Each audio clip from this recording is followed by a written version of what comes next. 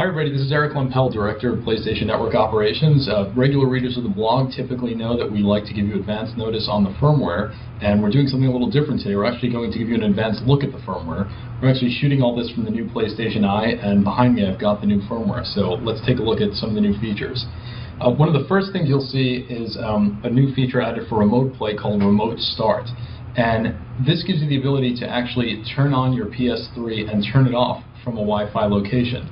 Regular readers have said in the past they love the ability to access their media from their PSP from any Wi-Fi spot, but they might not necessarily want to leave their PS3 on the whole time they're out of the house. So this allows you to actually turn your PS3 on. So you can be anywhere at a Wi-Fi spot, go on your PSP, turn your PS3 on, access your media, look at your media, watch it, play it, then shut it off and go back to using your PSP. The next thing you might have noticed in the back, scrolling behind me, this should look new to people who regularly take a look at the XMB, is something we're calling the information board. And this is on the network section of the XMB. And if you go down here, you can choose to activate it, use it, or not display it. And if you choose to display it, you'll get a few headline scrolling of all the latest news. So we plan on putting regular PlayStation Store updates, updates on new releases, anything relevant to the PlayStation world will be on the information board and will be updated on a regular basis. So once you click into the information board, you'll be able to see a few different categories for the different stories that were featured in the headlines.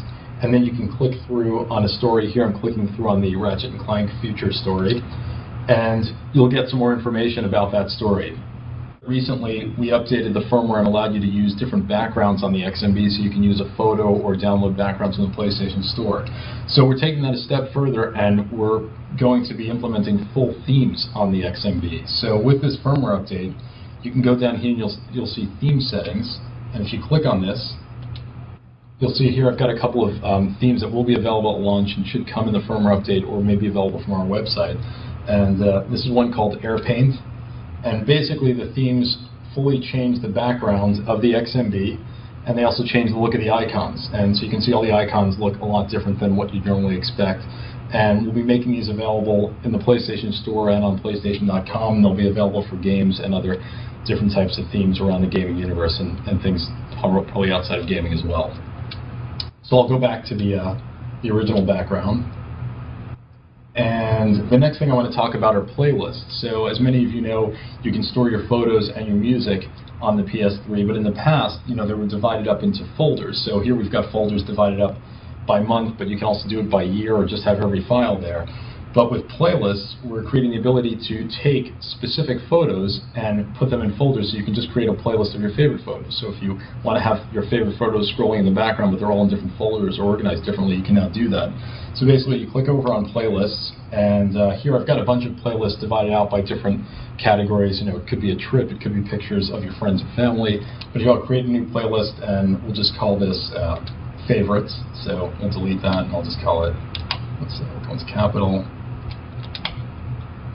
Call it fave, and I'll click through, and now I've got a new playlist. And basically, if I scroll down to that playlist, it's over here, I can start adding content by going to edit, and then this allows me to browse all of my photos on the PS3 and pick photos I want. So here's a picture of a cat, and I'll add that cat to the playlist, and I'll go out and I'll say, okay, here's another picture of a vacation. I'll add that, and then if I go back out, quit editing, go back into my playlist section, go down here, and you can see those two photos are in there. And I think a useful feature will be that you can also do this with music. So it's really key to take all of your music, and currently they're divided up by artist, but if you want to create a playlist of your favorite songs from those artists, you can do it the same exact way that I did that with photos. And the last thing we want to show you is something new you'll notice on the XMB, and keep in mind this is a test unit, so it doesn't exactly have the same icons that you normally see on your PS3, but you will see this new icon for the PlayStation Network. So we've got a new branded icon for the PlayStation Network. That'll be here. The PlayStation Store and account management will appear under here, and in time we'll add more network features. So again, we look forward to your feedback. Keep all the feedback on the blog coming, and we look forward to bringing you more updates in the future.